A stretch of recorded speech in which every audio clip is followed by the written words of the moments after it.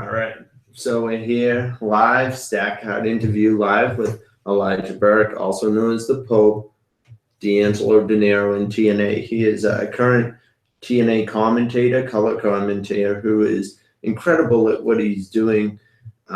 Just calling the action, especially that X Division action. I love how he says every time there's an X Division start, it's like a shot of caffeine, you know, because this guy's flying everywhere. And I've watched him since his days back in ECW, which was like an extension. It was really cool. He was part of the New Breed. Also worked with Sylvester Turkey.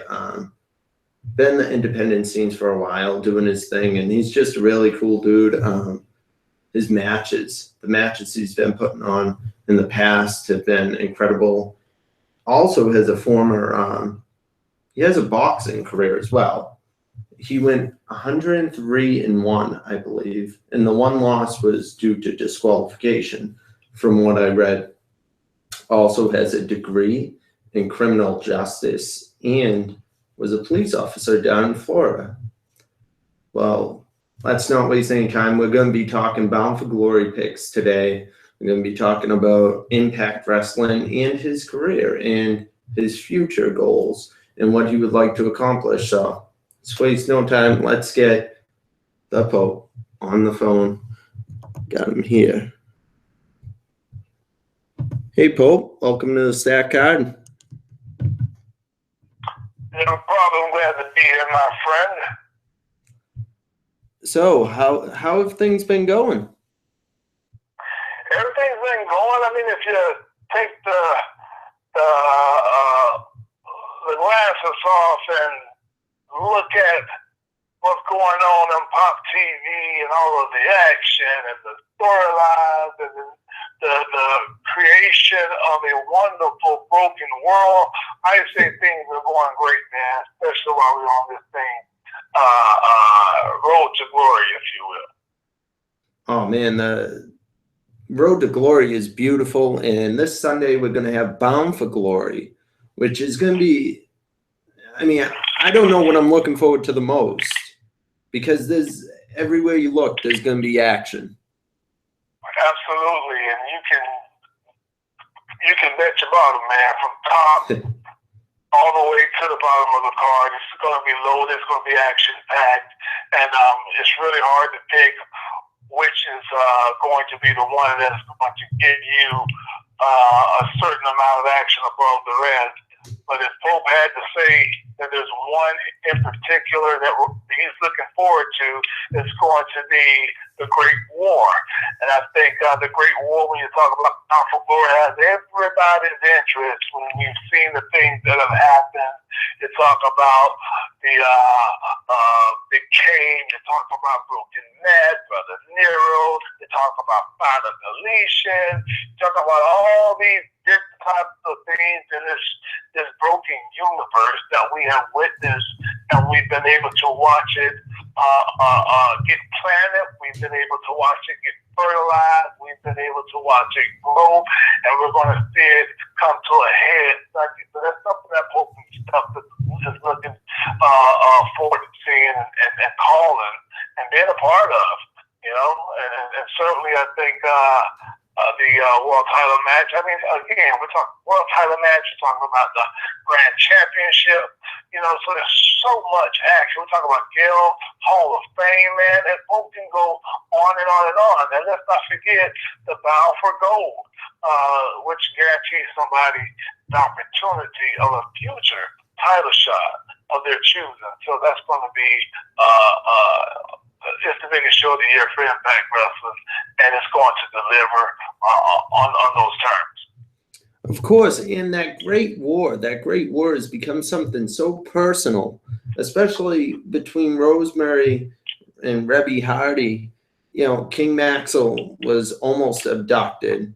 Then Senor Benjamin was kidnapped, and it's more than just a wrestling match. And as you said, we saw the Final Deletion, and we've seen Delete or Decay, and we've seen these crazy things happen. One can only imagine what this war will be, what the Great War will contain. it's going to be mind-blowing, I can imagine. Well, if there's one thing that we've learned from watching the Final Deletion, if there's one thing that we've learned from watching Delete or Decay, when it comes to the Great War, we know that it's like a step ladder of doom. I mean, she thought that the Final Deletion was something, then all of a sudden it was Delete or Decay, and he just took it to another level. So when we talk about the Great War, even when you just think that it couldn't possibly go any further, you just got to keep your eyes glued, your ears attuned to what's going on at this man, because it's going to get crazier than it's ever been. So the Great War is something else. When you talk about the personalization, if you will, when it comes to Reddit and when it comes to Rosemary, one thing you don't do, and Pope has said this before, and that every woman and every individual, for a matter of fact, in this land, in this world, can relate to. You don't put your hands on my child. Mm-hmm. And Rosemary crossed the line, man, and I don't think she's in her right mind. Hell, Pope don't think any of them are in their right mind. As a matter of fact, I may have me some anointed oil and some holy water sitting next to me, because it looks like some exorcism needs to be performed on every last one of them. And you really don't know what to what lengths they're going to go to. We've seen Jeff Hardy jump out of trees. We've seen Matt Hardy live on his Facebook stream bang his head off a hotel room window. I mean, and you know firsthand from your past wrestling experience with Abyss that Abyss is just, I mean, he'll go through any length to pick up a victory, and it's crazy. And then you got Crazy Steve, who Crazy Steve has shown that he's just as sick as all of them. And I think it's a beautiful broken match. It's something that you certainly won't be able to find anywhere else other than Impact Wrestling. Absolutely, and that's a testament to the creativity, if you will. That's a testament to the brilliance, pun intended, of all of those involved. It's a broken type of experience that doesn't break the product, but it brings the product together. And it's kind of funny how that works. It just completes everything that Impact Wrestling has been doing and has been paving the way to do, and that's to get fans and give fans not only the opportunity to look at wrestling in a different light, but to see it from a different perspective and to enjoy pure storytelling at its finest. And that's exactly what's going on here with the Great War. Yeah, there's definitely no story like it, and I don't think I can pick a winner for this. I mean, the Decay have held the titles for so long, and they have their methods to keeping the titles, and it seems as if there's not a tag team that will be able to take it off them. However, if there is a team, it's got to be the legendary Hardys, and absolutely. And I think I have to go with the Hardys in this one. I got to go with Matt and Jeff. Jeff has finally broken and is obsolete now, and Matt Hardy is broken, and I just think they have that right psychology going into a match with Decay. If you look at the other tag teams have the mindset that any other wrestler would have. Go in, win the match, put on a great match, and walk out as the tag champions. But I don't even know if the Hardys' mind is where the other competitors are. Their mind is just out there. So I think going into this match with that psychology will give them the advantage over the Decay. Yeah, well, when you talk about psychology, you talk about mindset. I mean, let's take all the individuals involved. I don't think there's going to be much psychology. Yeah. I think each and every individual's mindset in the Great War is a mindset of delete, or decay. It's delivering ultimate destruction. While the titles are important, do you think that's the determination going into this thing, or do you think the determining factor going into the Great War is for one team to cause and inflict as much damage to the other as possible? In the end, the reward will be said victorious over the other team, putting the other team through some form of punishment that they've never experienced in their life, which both teams will probably endure.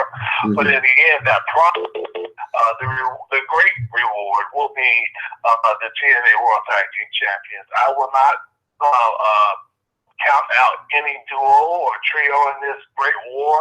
I won't count out any team because, again, decay is going to be a force to be reckoned with in the tag team division. We all know the history of Broken Man and Brother Nero, the Hardy brothers. So we know the history and everything that they've done. But you made reference to this earlier. There's nothing that he won't do. No links that are unknown to him. So he will hurt himself just to inflict a minimum amount of damage to his opponent. So, and Crazy Stevie, who the hell thinks he's crazy? He's not crazy. He's psychotic. He's demented. Come on.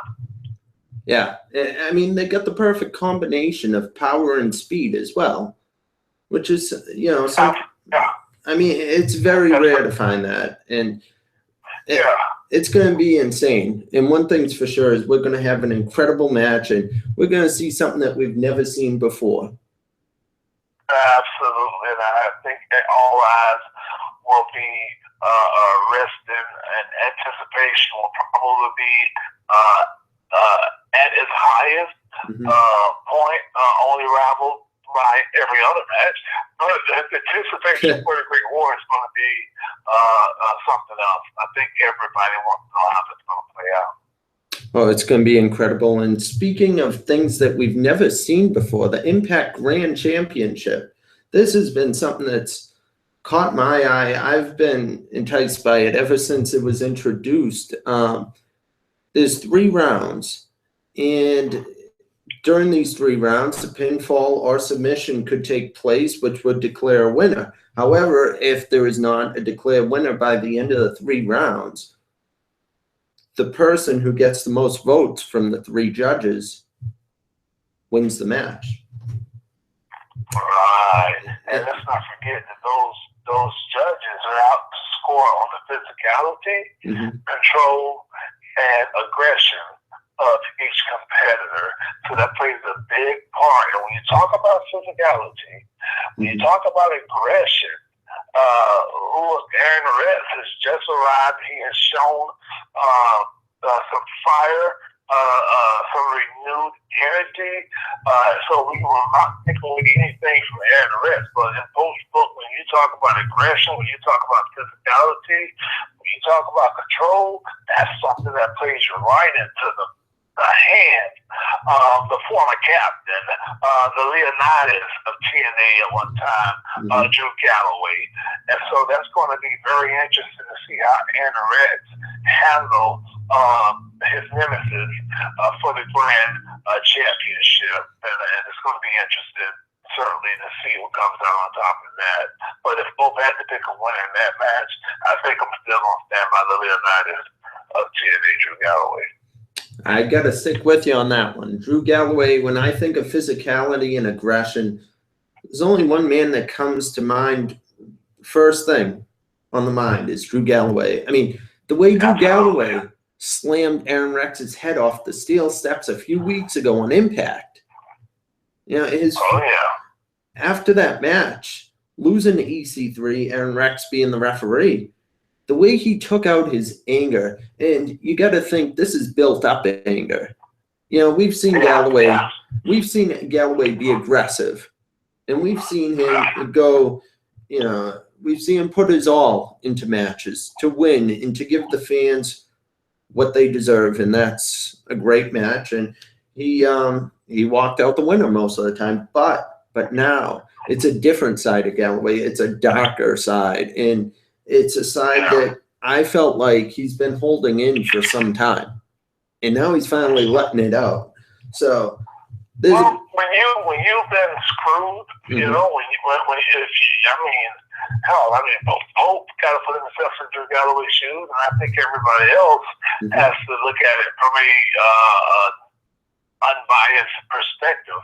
Put yourself in the shoes. When you have been screwed repeatedly by someone you call your friend, sure, Drew Galloway has some pent-up aggression in him, and he always did what was right for the company, what was right for the boys in the bag, you know, what he felt was the right thing to do. But at the same time, you gotta have a little bit of selfishness if you want to succeed in any aspect of this world. You gotta have a little bit of selfishness in order to succeed. And Drew was putting the company always first. Yes, he succeeded. He was the champion, and he made sure to go out there and be the most traveling champion that Impact Wrestling has ever had. But when you talk about getting screwed out of the opportunity time and time again to get back to the pinnacle on top of the roster, you know, and be the champion, and be the champion of Impact Wrestling, be the champion of the world, and for him to be screwed, I think it just whether it was intentionally or not, I think we all know it was accidental by EC3, but he felt like he should have been there. But he went, and he was given the opportunity. EC3 bested him, and he lost it. And that is what we don't know. That is what Pope certainly disagree with, because he lost fair and square. He was given the opportunity, so I frown upon that. But when we go back to this Impact Grand match between himself and Aaron Rex, we didn't touch on the control. We talked about the aggression. We talked about the physicality, but we didn't talk about the control much. And Pope's going to make a point about the control, and I'm going to make a prediction if only Pope can. Galloway does not have to control Aaron Rex. Galloway has to control Galloway. If Galloway is able to keep himself in control and stick to his game plan, he comes out on top. But if he allows this emotion, because we all know Aaron Rex, we know that he's a master manipulator as well. He can get into his opponent's head. And if Galloway does not control himself in those three-minute rounds, I believe we're going to see Aaron Rex as the first grand champion. Yeah, I mean, I couldn't say it better. All it does is cause one slip up. You make one slip up, and that can cost you a match, especially against Aaron Rex. Aaron Rex he knows how to pick his opponents, you know, little by little. He might not do it at so much of a fast pace, but he takes his time, and it's like a chess match. You know, he's sitting there waiting for his opponent to make the next move, so he could just take his opponent out, and he has the ability to do that at any time. And I think that's Aaron Rex is calculated, as you said. So that's going to be an incredible match. And certainly, he not only has the ability to be the first Impact Grand Champion, he has the ability to be the TNA World Heavyweight Champion. So we can't take that away from him, and certainly not Galloway, who has already been there. So that is a world-class matchup that we're going to witness between those two for the Grand Championship. That itself could be a world title match. And, I mean, speaking of people that are going to have to control themselves that night, I think we're going to have Mike Bennett. I'm not sure if Moose is going to be unleashed, and we're going to be able to see Moose finally take out the aggression and whatnot onto Mike Bennett, and it's going to be exciting to watch. I think Moose will be able to beat Mike Bennett, but if Mike Bennett uses that mastermind and that manipulation the same way, you know, Aaron Rex does it in a smart way, though. Mike Bennett will you know, the second the referee turns his back, Mike Bennett will take advantage.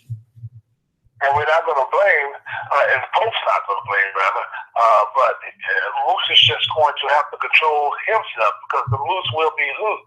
We're talking about one Moose gang, and we know he goes full speed ahead, daddy, and Moose gonna let it all hang out. But what he has to do is control himself and be as calculated as Mr. Bennett will be, because we know Mike Bennett is in it to win it, and he's going to do that at any and every cost that he can. But the one thing that Mike Bennett does so well is he's an antagonist. And he knows how to agitate an individual to the point to where they get thrown off their game plan and just one slip up, as we mentioned before, and it works to Mike Bennett's favor. And that's true. And it's going to be exciting to see Moose perform as well in the singles one-on-one match. It's especially against Mike Bennett, because both men, you know, have had long journeys in wrestling. Moose being a former NFL football player for the Atlanta Falcons. I mean, we've seen him jump about, 7-8 feet in the air and perform a drop kick onto the top rope to his opponent. So this guy, his athleticism, his speed, his power, it's uncontainable, I think. And that's why I'm going with Moose in this one. I mean, Mike Bennett, he's going to be that sneaky, sly fox, and I mean, I would like to go with Bennett just because I feel like he really wants his victory. He fell short to EC3. It's Slammiversary. Moose is a locomotive.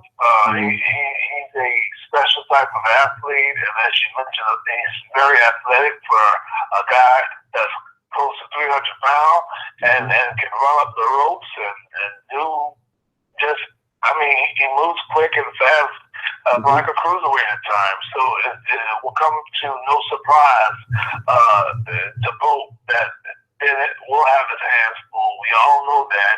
And this is a prime time stage, if you will, for Moose to go in there, pick up the victory, and say, hey, the big boy is here, and I'm here to play, and I'm not just here to play, I'm here to play and win.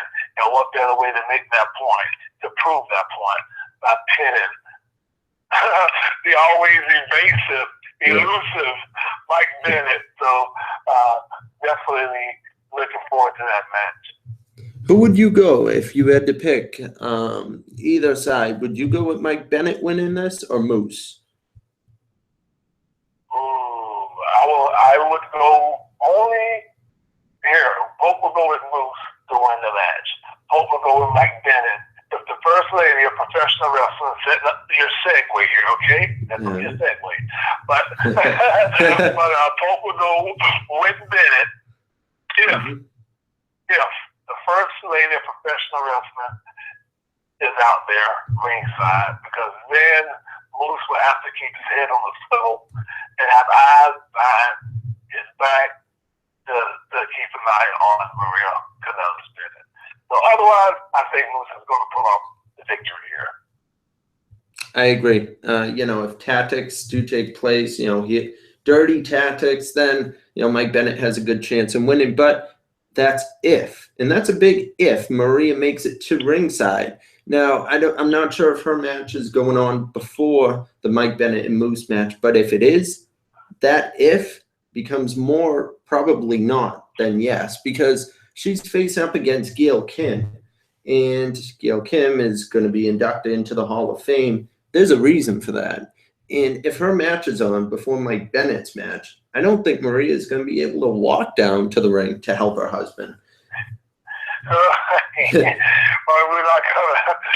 won't take much away from the first lady of professional wrestling, but we got to give due where it's due and all honor at this time, especially the night of Bound for Glory, and any night when it comes to the knockout goes to Gail Kim.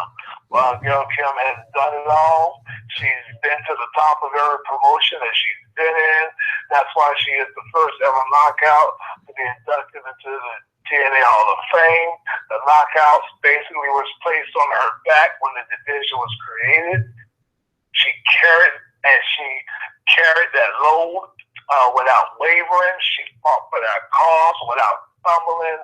And I got to tell you, man, if there's anybody more deserving, then you show them to vote, because there's none, absolutely none, when it comes to female competitors, period, that is more deserving than the soon-to-be Hall of Famer Gail Kim, the Empress of the Knockout.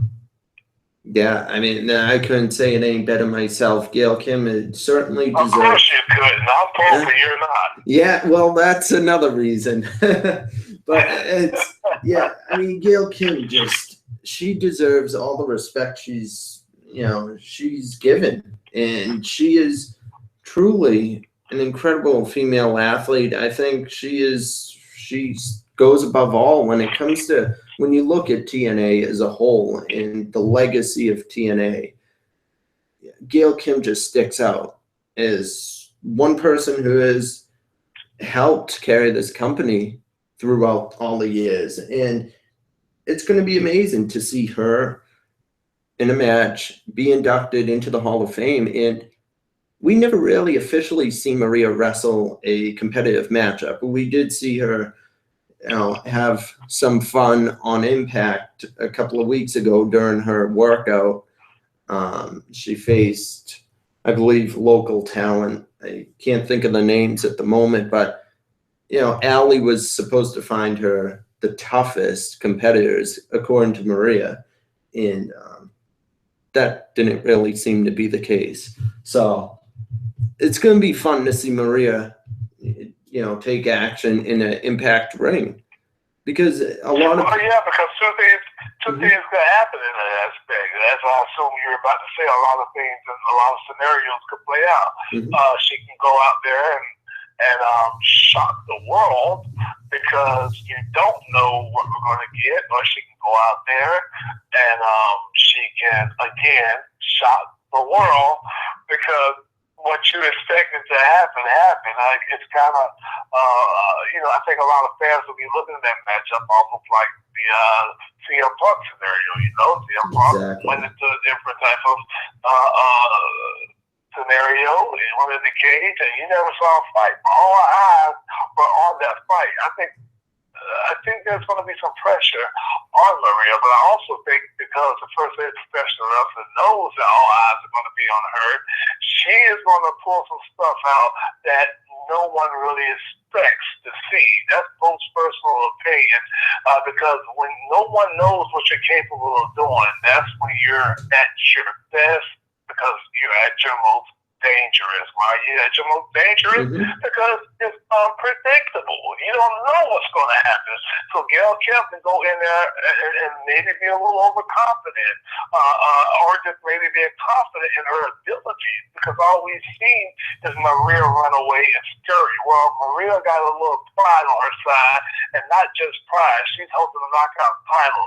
And whether she is in Gail's playing field or not, one thing she's not going to allow to happen, or she's going to try to do her best to avoid from happening, is giving up that knockout title, because that knockout title is prestigious, and we all know where the title is, that's where some power lies as well. Oh yeah, the title's on the line, and that's just going to intensify the match more than it already is intense. And quick question: do you think Maria will wear her cast during the match? If the doctor has not approved for Maria to be cleared of wearing her cast, and I believe that it's only right that she wear her cast. I think she was feeling pretty good the last time I saw her in the ring doing the workout with the cast, because I think she was, some thought she was banging it on the top turnbuckles, but maybe I thought she was just adjusting it, or maybe having a scratch. Sometimes you wear casts, so you got a little itch that you're trying to get to, and you can't get in there. So who knows, man? Who knows?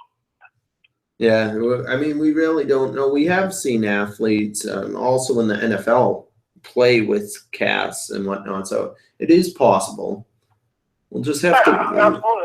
We'll have to wait and see. But speaking of tempers boiling over, I feel like Allie is going to have quite the effect on this matchup, just because Allie is someone similar to Drew Galloway in a different kind of aspect, but Drew Galloway has held the anger, and I feel like Allie has been bossed around, and I think the fans and everybody watching is just waiting for Allie to snap on Maria, and I'm thinking that what better time than Bound for Glory? It seems that Allie is quite the Gail Kim fan, and I'm thinking that Allie might have something to do with Gail Kim picking up the victory.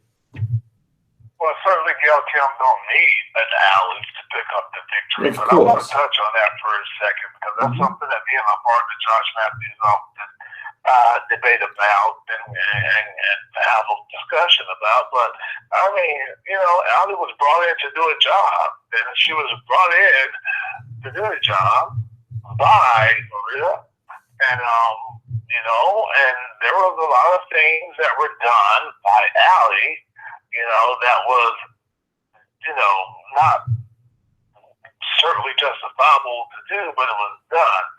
The difference here, however, is the fact that maybe Allie is seeing the light. Maybe she is seeing that, trying to right all of her wrongs. I don't think she's seen it quite yet. She's just one French fry shop. I have to build the Pope's opinion. But it's the fans that are going to have the greatest impact on Maria, because those fans start chanting Allie's name. If Allie's at ringside, then those fans are going to start chanting her name. Those fans start chanting her name. That's going to be the biggest obstacle, the Pope's opinion, for Maria. I mean, obviously Gail Kim, but mentally speaking, that's going to play a part. So one has to wonder if if Maria will even have or allow Allie to come out during that matchup. Yeah, I mean, she might allow her to, thinking that she's going to help her, but that's true. And we got to watch out for Sienna, because Sienna is the enforcer of the whole deal. The enforcer. And you don't want to get in that brick house way.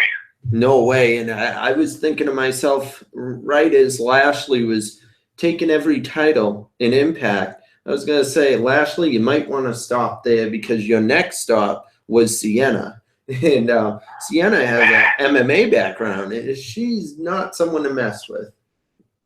I don't think for 1 second Sienna would have backed down from a Lashley. I'm just telling you. We know what Lashley's capable of doing, of course. We know what Sienna has done, of course, as well. But she's not going to back down, brother. She's always up for a challenge. And that's why she's the most dominant in Pope's opinion. Knockout there is. She's certainly the most powerful. But when it comes to moving mountains for the first lady of professional wrestling, if it needs to be moved, you can bet your bottom Sienna's going to be there to move it. I believe so. I think when I think of the future of the knockouts, she's the first one that comes to mind. I just think that she's going to be able to lead the knockouts for years to come. She has it all, really. And oh yeah. Some could say she's like Awesome Kong in a way, or Havoc. I know. I mean, but I feel like Sienna brings something that we haven't seen, and that's her background in MMA also, and just her athleticism, her speed. I think that's always fun to watch when it comes to her. Well, certainly we haven't seen a woman of Sienna's side move like she moves. I mean, you can go check some tapes and do what you want to do, but I'll put her up against anybody when it comes to speed, when it comes to the raw power that she possesses, and on top of that, she's not bad on the eyes, Daddy. So Sienna is a trifecta, if you will, all rolled into one. Definitely, and it's going to be interesting to see if any of these play an effect in this matchup between Maria and Gail Kim. I'm hoping. Certainly, the possibility is always going to be there, but that's something that we just going to have to wait and see. We can speculate about it all day long, but that's something that we and all the fans are going to want to tune in to Bound for Glory and order that pay-per-view, and let's just watch it unfold. Yeah, no, I couldn't think of a better way to spend my money. I'd probably pay double the money just to see this. And that's one of the greatest things about professional wrestling is, sure, you know, a lot of people know that it is scripted, but now we know that it's scripted, but we're looking at this pay-per-view and we're saying, what can happen? Even though it's scripted, we don't know what's going to happen. It's, to us, it's like, it's something that's outside of, it's like an imagination. It's something that you can't, it takes a group to put together. It takes a very creative group to put something like this together, in the matches, the styles, just the athletic combinations that we're going to see go head to head. And I think this match is going to be proven to be one of the greatest knockouts matches of all time. Well, and what you have to realize when you come and talk about these type of matches and what's going to make those matches so great, it's not always just the storytelling or the in-ring action that you see. It's the emotion that's going to go into it, because it's going to be an emotional night, as is for Gail Kim. So, I mean, you have the fact that she's going to be inducted, and that very night as she's wrestling, she will be an Impact Hall of Famer, TNA Hall of Famer, the first ever knockout. So that's a monumental moment. And so you have another accolade on the line, because she can be inducted into the Hall of Fame as well as being the knockout champion for a record time, I think 5 or 6 times, and you know, Angelina Love 6 times, and it would just blow the roof off the joint, man. I mean, that will be very huge. It would be. I mean, who's been inducted into the Hall of Fame as champion? Any Hall of Fame as champion? I don't know one. And if so, then, you know, correct me. But I don't know of anybody that's been inducted into the Hall of Fame and a world champion at the same time. I don't believe so. I don't think it's happened yet. And not only would, if she wins, be inducted into the Hall of Fame as champion, but also she'll be beating Maria Kanellis Bennett, which is not just beating a knockout. It's beating the woman who was in control of the knockout, the woman who has put most of the knockouts through hell since she's arrived on the scene. I mean, she's put people in situations that are very, sometimes uncomfortable to watch. And if Gail Kim wins, she's defeating the ultimate, you know, bad guy. Gail Kim was going in there to do something not just for herself, but for every individual that watches that television screen. Yeah. Every week, and said, "Will somebody please shut Maria up?" So that's what she's going in there to do, and a lot of people will be rooting for Gail Kim, of course. And I think again, it's just going to be something to behold. You said that Maria's put the knockouts through and put people in uncomfortable situations.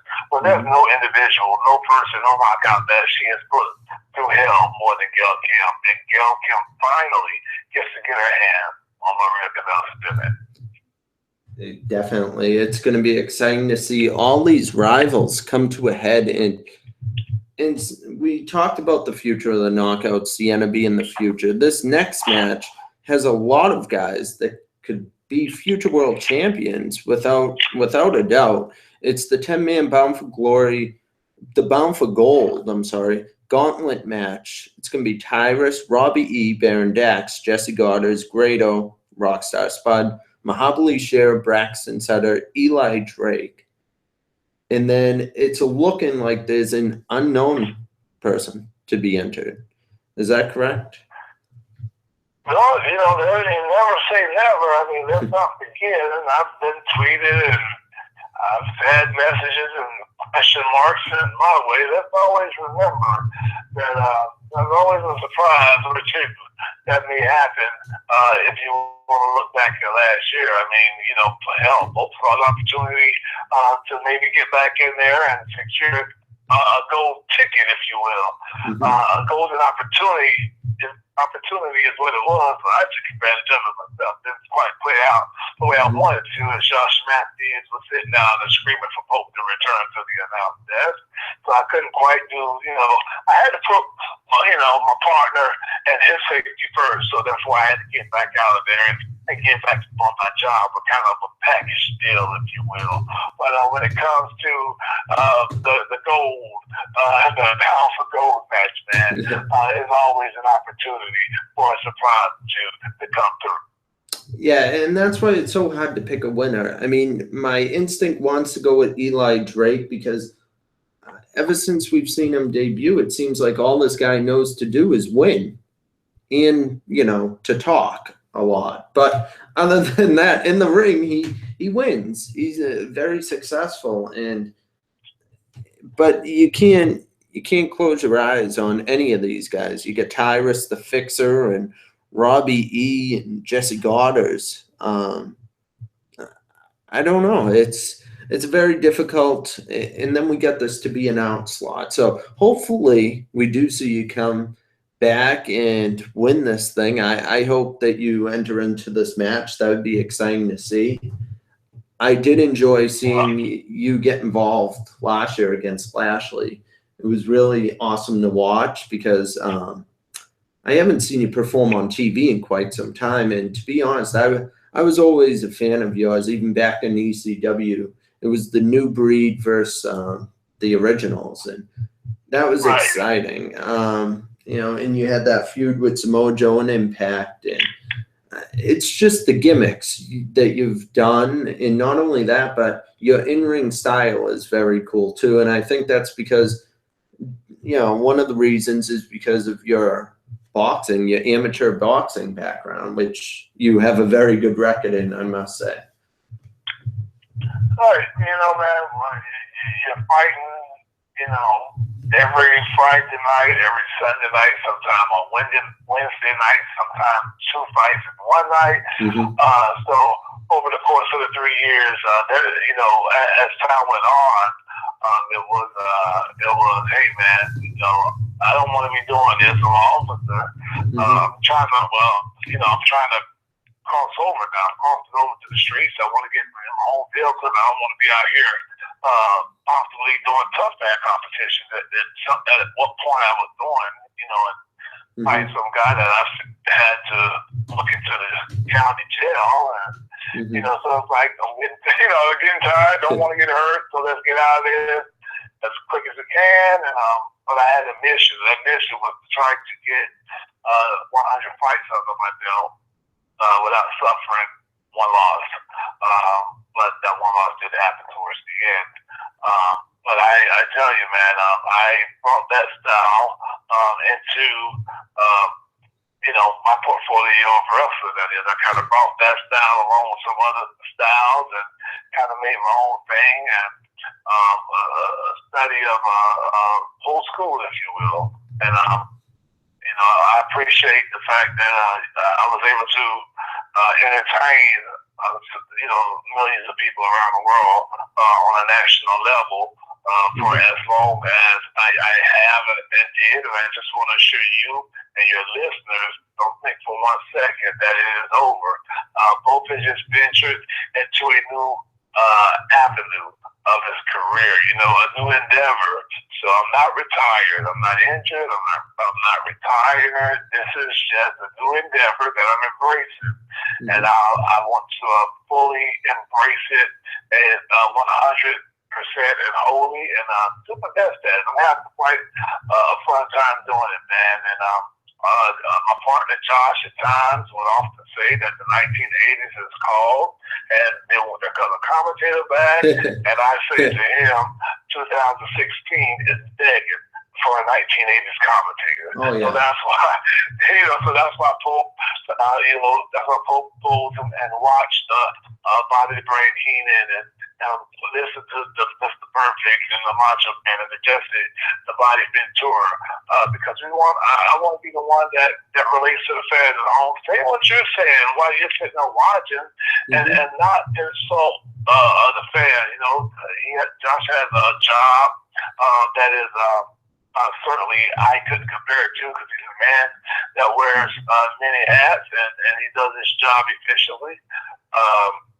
So kudos to him, because people know how hard he works. But you know, when it comes to what I'm doing, I'm just trying to add a different flavor and a different style, and not just be a regular Cheerio. You know, I don't want to be a plain Cheerio. I got to be a Cheerio to make me a Honey Nut Cheerio, Daddy. You understand what I'm saying? Yeah. Give me some flavor. Of course, and there's a ton of flavor. I mean, the shots of caffeine, I hear that called often during the X Division match, you know, and I love it.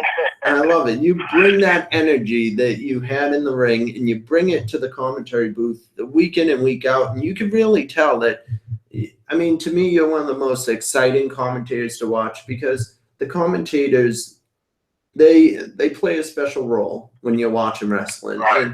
And I've noticed that. And there's certain shows I have seen, you know, not Impact Wrestling, but like I've watched other promotions where back in the day, certain commentators would make a basic match seem almost as good as a world title match. Jim Ross, for instance, was somebody who was able to take a match that was as basic as Spike Dudley versus William Regal on Monday Night Raw, just a match just for the heck of it. And he was able to make it seem like Spike Dudley, the ultimate underdog. Here we go. He's fighting for his dream, and just add so much excitement. And what you guys do out there is you tell a story. And I think that's why when I'm watching most of these guys in Impact Wrestling, one, it's because the company is giving these wrestlers a chance to perform and to showcase their talents in the ring. And that's something you don't see in a lot of promotions. These guys are given the time and just the freedom to go out there and to perform at their best. And then the second half of it is what you guys do. And it's incredible. Every week you guys make every single match on Impact. There's sometimes about 4 or 5 matches or so. And every match seems like it should be headlining a pay-per-view. Oh, awesome. Well, that's I'm sure I can speak for myself and Josh. That's very cool to hear. And I certainly appreciate all the words that you just spoke of, because that's what we try to do. You know, I understand that every time it's not going to be a home run. We understand that. We get that. But at the same time, we want to do justice to the product. We want to do justice to the boys and the girls that are out there getting the job done. And more importantly, we want to do justice to the fans who have to watch and listen to the very product that I'm speaking of. So I appreciate that very much, man. And again, you know, I understand that I'm by far I can never be the Bobby Heenan, and I can never be, you know, the Best Perfect and Jesse Ventura, Macho. The list goes on and on. And certainly, I'm not trying to do Jim Ross, but I'm just speaking to the point of color commentators. But I plan on being the best Pope commentator that I could possibly be, so that one day, you know, some young guy who will step up into the position that Pope is in and can say that I'm studying some things of Popes. You know, I'm just simply trying to, every time I get on that mic and sit in that broadcast table, I'm trying to be better than I was the last time I sat down. And that's my mission. And I can say you've done an incredible job at it, and I certainly appreciate hearing you guys commentate every single week. And as far as your wrestling career, yeah, you're right. You're still going. I mean, you still wrestle once in a while, independent shows. I believe it was a few months back, you wrestled a good friend of the Stack Card, actually, Darius Carter, on the independent scene. Yeah. So just finished a show in Clewiston, Florida, as a matter of fact, I'll be back there. October the 20th. October 29th, I'll be back there in Lewiston, Florida, right there outside of Fort Lauderdale. So hope certainly wrestles at the right places, and when the situation is right for both parties. Hopefully something to lose and go do the do, man. But yeah, I got in there and then looked on with Mr. Garner, which was it was something else, man. It was like 100 degrees index in that building, and and I mean, you was sweating. I mean, you was sweating before you even got to the ring. So it was something else, man. But it was certainly exciting. And that says a lot too, because I mean that's the leader of the crusade for change, you know. So Darius Carter, he's hilarious. He's great. It's just very exciting. I wish I could have seen you two go at it, because two of the most electric personalities to ever step foot in the business. It just, you know, I appreciate the both of you guys for everything you do. So I can imagine that match was a lot of fun to watch. I appreciate that, but you can forget and stop mentioning Mr. Carter while you're interviewing Pope. All right, he gets no more airtime while I'm on here. Sounds good. I'll be seeing him Sunday anyway, so I'm sure he'll make his way. I'm sure he'll make his way onto the podcast after his show, you know. But yeah, I'm excited to see, you know, more stuff you're doing on the independent scene. Who knows? Maybe you could be the 10th person in this Bound for Gold match. Man. If you could pick anyone in this Bound for Gold match, would you go after the to be announced, or would you pick one of the people that are already placed in the match? Okay, say that again. I'm not quite sure if I followed the question. Okay, so the 10-man Bound for Gold match taking place at Bound for Glory. There's one man that is to be announced. Would you pick any of the 9 men that have already been announced, or would you go for the to be announced guy? Okay, well, let me put it to you this way. You have 30 men that was from the beginning was entered into the Royal Rumble, right? Yep. And his history knows that the first Royal Rumble was won by who? Oh man! You better know this. You better know this. And you're sitting here interviewing the Pope, and you don't know your wrestling history. I'm messing with you, man. But the first person I won it's was Hacksaw Jim Duggan. Hacksaw Jim Duggan. Okay, it took me a minute. It's okay, bro.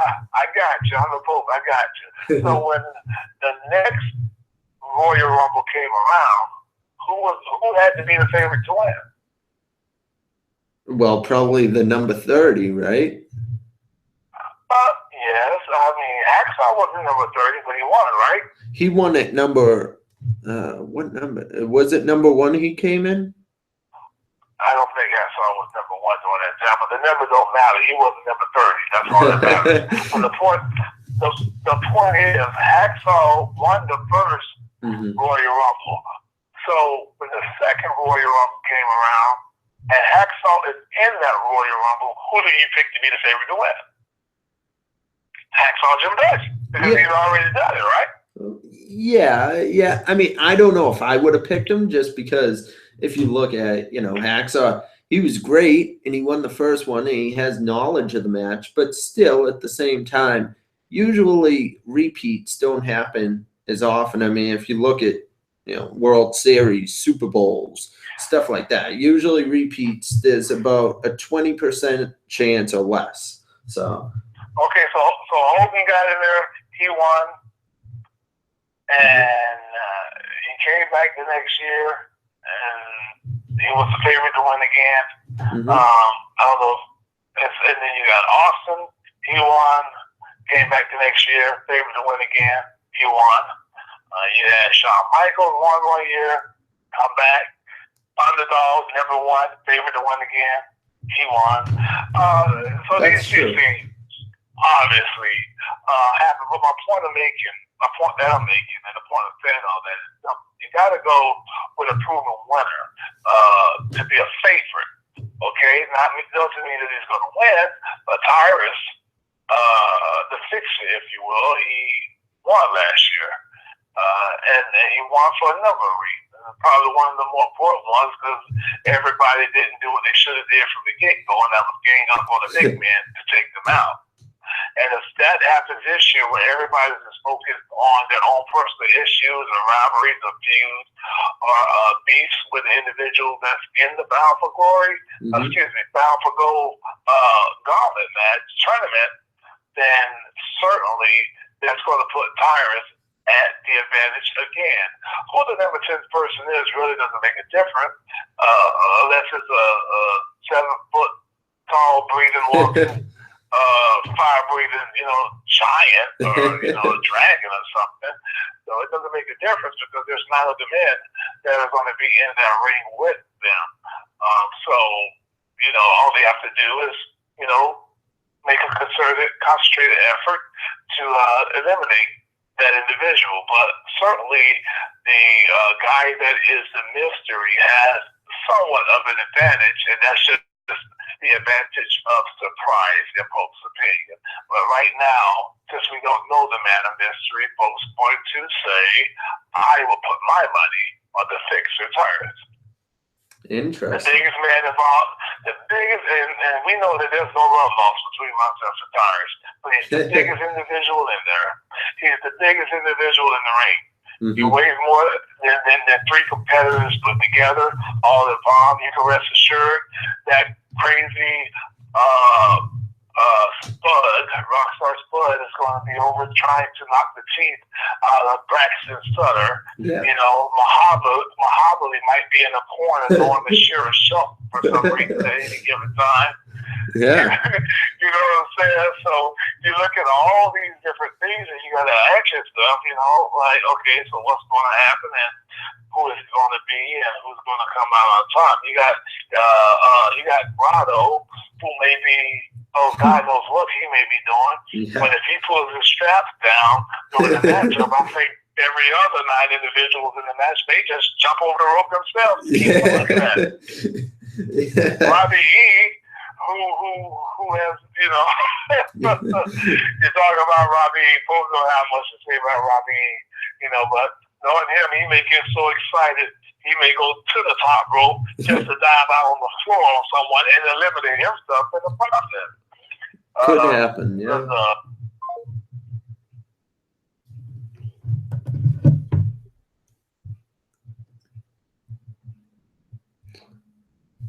Yeah, I mean, it's true that you really don't know who's going to win this. It's going to be unpredictable, and Pope is calling back. We got a little disconnected there. Hello? I'm sorry about that. Hey, no problem at all. Yeah, but as you were saying, you never know. I mean, Jesse Goddard's could go to the top rope. Robbie E. could go to the top rope, and this is why I think I have to go with Eli Drake in this match, because I think Shera and Grotto, they're going to be trying to entertain the fans, and I don't know if they'll be 100% focused on this match as they should be, and you have to be. The main ingredient into this match is staying focused, watching your surroundings. The second you turn your back, you'll be thrown over that rope. So you have to, even if it means, staying in the corner and keeping your back to the turnbuckle and just fighting off anybody that comes near you, do it. Don't taunt, don't look at the crowd, keep your eyes on your opponents. And I think Eli Drake is that slippery, slithering snake that's going to be hanging around waiting for the right time to just toss somebody over. Well, the very opportunist, if you will, with Eli Drake.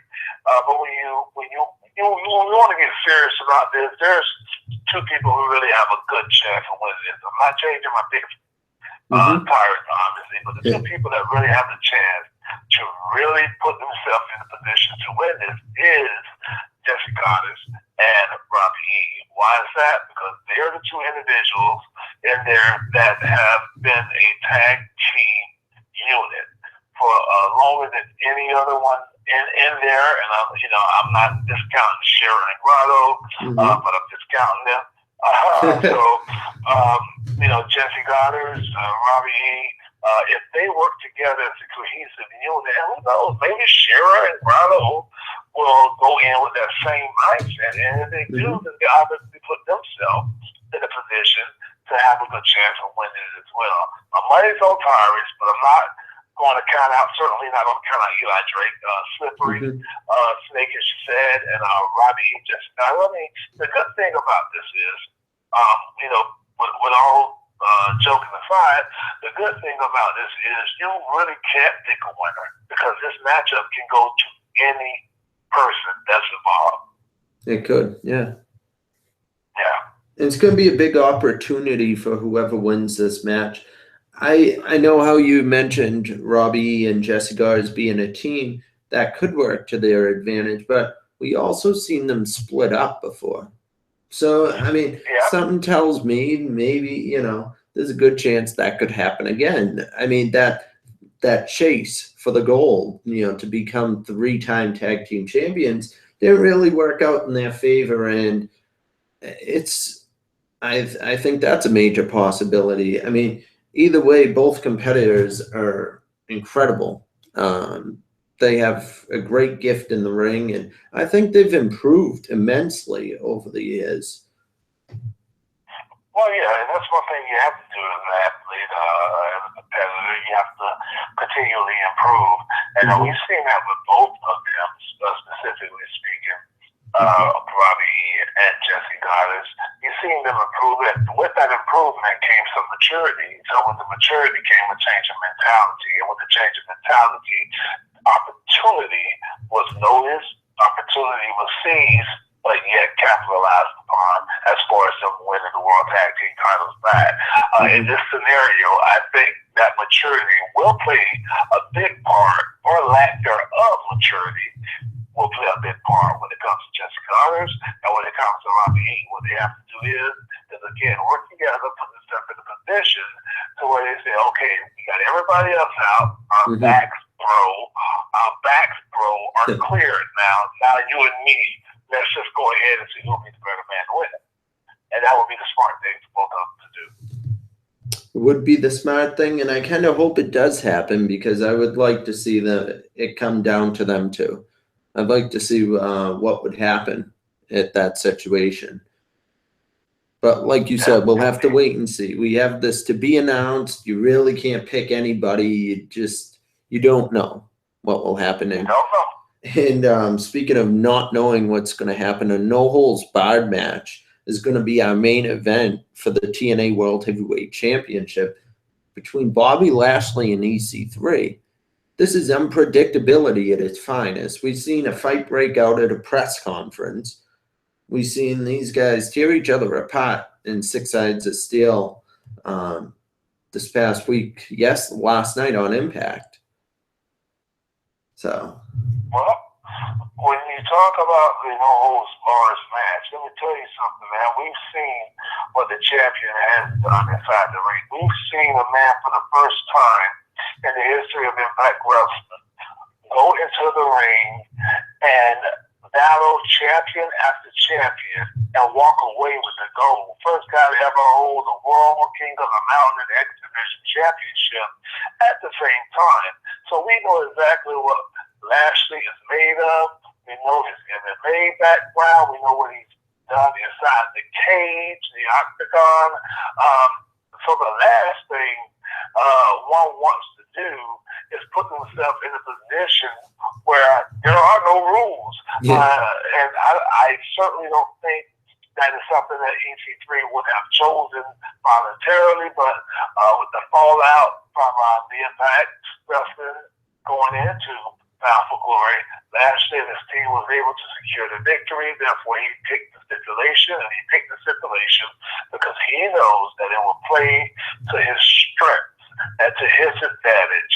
And I think EC3 has his work cut out for him. And certainly both men is going to be in a hard-fought contest, and both men are going to leave Bound for Glory battered and bruised, but one of them is going to have the world heavyweight title in their possession. Of course, and I was a bit surprised by the stipulation that Lashley picked, because Lashley would arguably say that his weapons are his fists.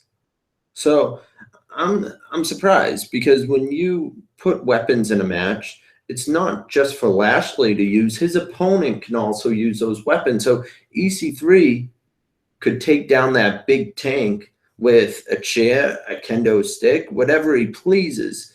And that could work to EC3's advantage. I was thinking if Lashley was to pick a match that would benefit his favor, a submission match. Look at how many people.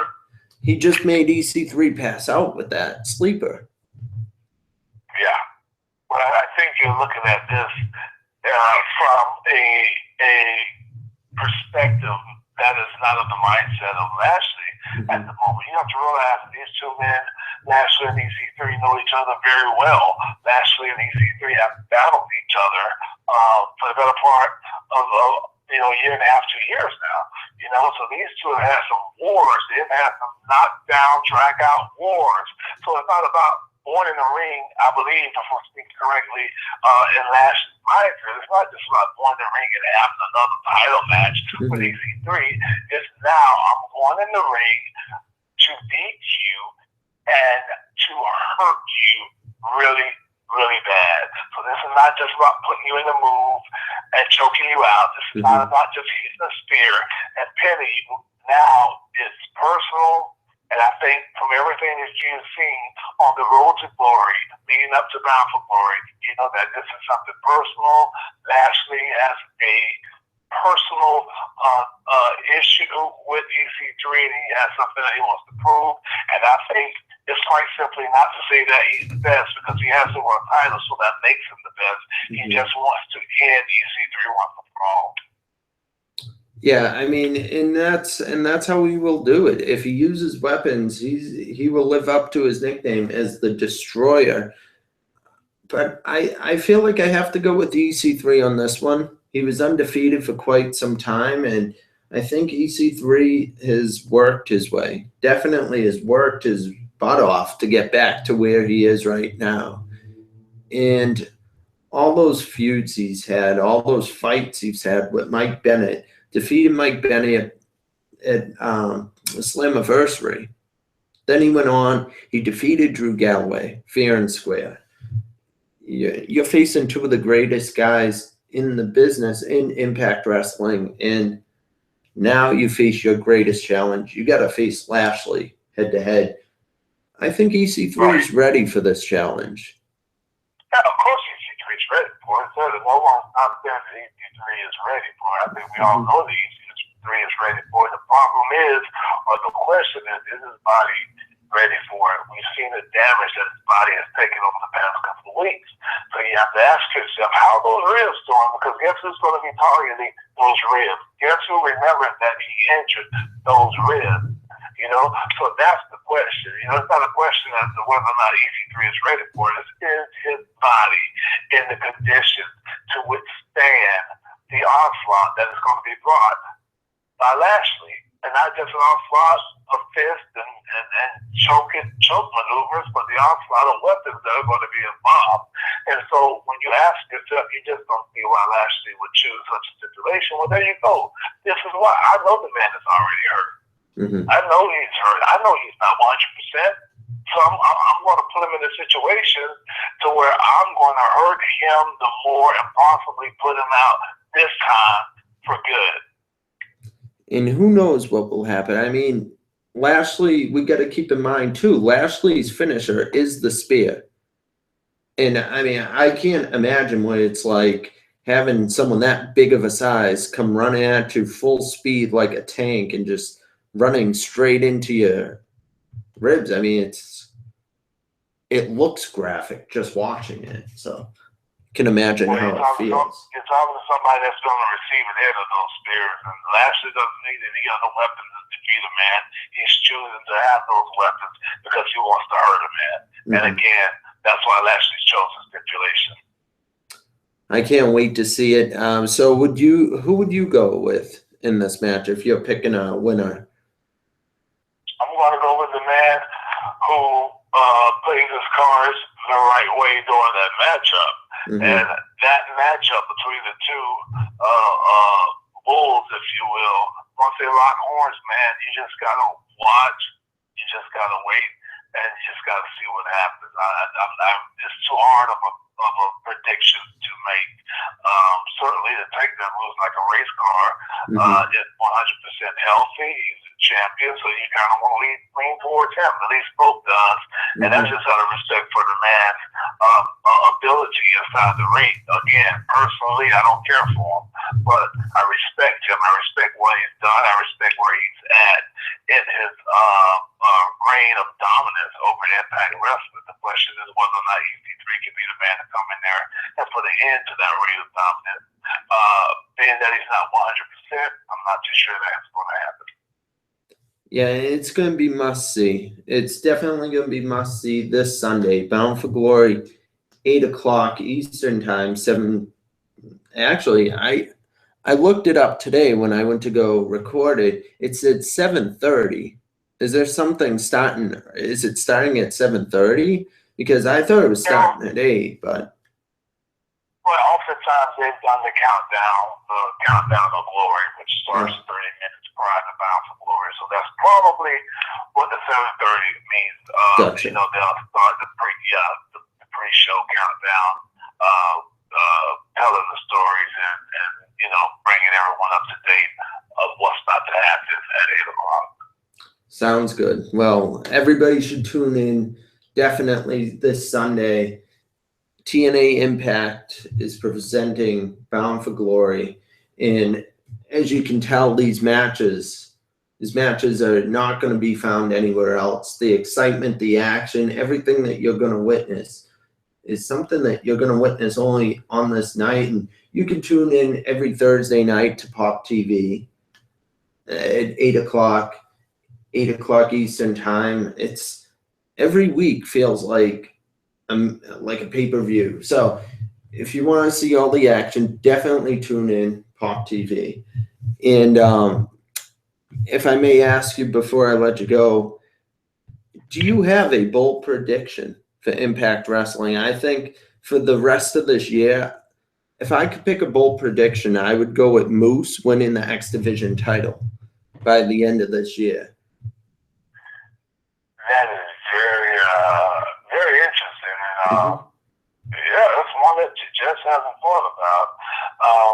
I don't necessarily. That's interesting. I'm not sure. I'm not too sure about that, but that's very interesting. Can that happen? Absolutely. But the bold prediction that Pope has is that the Wolves will return, and we're going to see the Wolves and the Hardys go at it again. Yeah. Wow. That's what Pope sees. I see the Wolves coming back on the hunt for the TNA World Tag Team Champion. That's Pope's bold prediction. Well, hopefully you have like a magic crystal ball over there and you can predict the future, because if that's the truth, I can't wait to see it happen. Oh, yeah. That's certainly Pope's been known for his prophetic capabilities over the years. So if you're a betting man, you certainly want to stand on the word of Pope. The man of many personalities, and you just bring the excitement every time, and you brought the excitement to this discussion here, this Bound for Glory discussion. I certainly appreciate it. If you want to let the fans know where they can find you. Sure, absolutely. Now you can find me on Twitter at The Black Pope. That's DA Black Pope. That's on Twitter. That's on Instagram as well, The Black Pope. On Facebook, you can find me at facebook.com/Elijah Burke, as well as Elijah Burke, a.k.a. The Pope, which is a fan page, overflow, if you will. As I'm not able to really add any more friends on my regular Facebook page. But yeah, you can find me there. And also, coming up, Lewiston, Florida, 29th of this of October. You can catch both in action for FGW, Future Evolve Wrestling. And the beginning of the year, we're about 3 months away from Pope's 5th annual run drive for my Love Alive charity. My Love Alive charity is a charity that I started over 4 years ago, where we feed the homeless in my local community across the city of Jacksonville, if you will. And we clothe them. We give them personal hygiene packets. We give the street sleepers blankets. We give them hats. We do whatever we can. We give them shoes, whatever that is available for us to do. We do for them. And more importantly, we feed them a hot meal out of Burke in Jacksonville, Florida. So yes, we have hot meals made for 300 to 400 people at any given time. And we have women from women's shelters, we have homeless shelter, we have displaced families that have lost their homes for whatever reason, and we just show love to them. So if anyone's listening and you wish to go donate towards this cause, again, I'm not funded by the government. I have 501c3, so whatever you do donate, you can write off. But we are an official charity recognized by the state of Florida, and it's self-funded right now and funded by individuals that believe in this cause and donate. So I hope that you find it in your heart to go visit love-alive.org and make a contribution, if you will, and know that it's going to be put to great use and for a great cause. And you don't have to, whatever your heart desire, even if it's $1, I tell people all the time that $1 makes a difference. So if you do that, Pope appreciate it, and I certainly give you your props on all of my social media accounts. That's incredible. Wow. Yeah, I mean, I'm definitely going to go check it out and donate as soon as we get done with this interview. It's a really good cause, and it's great to see that you're making such an impact in that in your area. I appreciate that. It's simple. It's real simple. I grew up in not the best area, best situation rather. We had our challenges, but when I see someone digging in a trash can of a McDonald's after someone decided that they didn't want to finish their fries or finish that burger, because they're that hungry, it was laid on my heart that, to do something.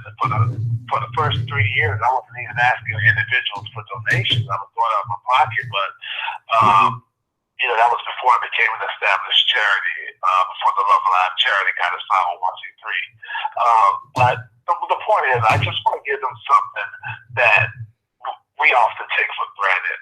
When you get off from work, you can pull over to Burger King or McDonald's if you choose to, or Wendy's, whatever your place is. And we all, for the most part, many people listening to this have the opportunity to do that. And if we want to finish it, we finish it. And if we don't, we don't. Well, I don't want to feed them out of a soup kitchen. I don't want to feed them out of the back of a truck. I don't want to give them cold salads. I've been to the homeless shelters. I see what they feed them. I've worked in the jail. I see what they feed them, and it's very similar. And I just, does it hurt you to donate once a year, $1 or $2, or donate $5 just one time? Once a year. So if you can, again, I appreciate it, and I've been fortunate enough to have at least 43 people to donate. So at least I know I have $43 at minimum thus far. So if I have some, individuals out there, again, if you're listening and you want to support your boy Pope, please go visit love-alive.org. Click on the donate tab. There's videos, our mission statement. You can see where your money goes. You can see it as we video document everything that we do, and you can make the decision from there. So I appreciate this opportunity to share that. I appreciate it, Matt, for you having me on here as well. Anytime. Thank you. The honor is mine. thank you for Well, tuning. of course it is. I'm just trying to show a little humility. Hello.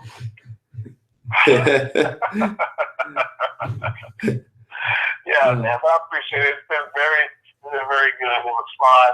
I felt like I was sitting, talking to one of Hope's boys, if you will, back in the day, 1996, sitting on the couch watching Nitro or something, or watching Nitro and Raw at the same time, flipping the channels. And I do appreciate the conversation. I appreciate you being a fan of Impact Wrestling. I appreciate you taking the time to help explain what is about to go down.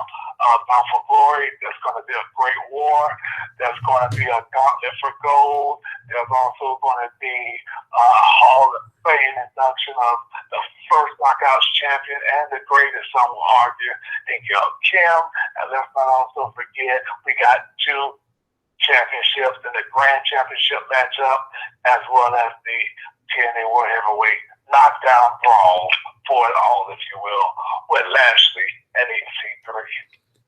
It's gonna be can't miss, and I have one of the greatest person I could speak to about Impact Wrestling right here on the phone. So I appreciate you taking the time out tonight to be part of the Stacked Card, and thank you very much. And hopefully we'll have you on the show again at some point. Yeah, we'll have to make it work. We'll do it again. Sounds no great. Problem, man.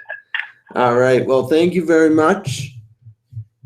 You're so welcome, man. All right. Take care.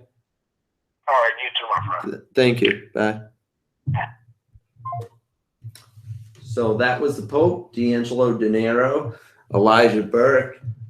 As you can tell, amazing guy, doing a lot, for his community, doing a lot for Impact Wrestling. And this is a guy, criminal justice degree, has worked in prisons and he's worked in the ring. It's amazing what one person could do over a course of a career. And if you do have dreams, this guy is more than just a wrestler or a commentator. He's an inspiration, because if you have a dream and there's something that you want to do out there, the sky's the limit. And his story shows it. His story shows that you can become anything that you want to become. And is a man of many one personality, but many different, how do I say it?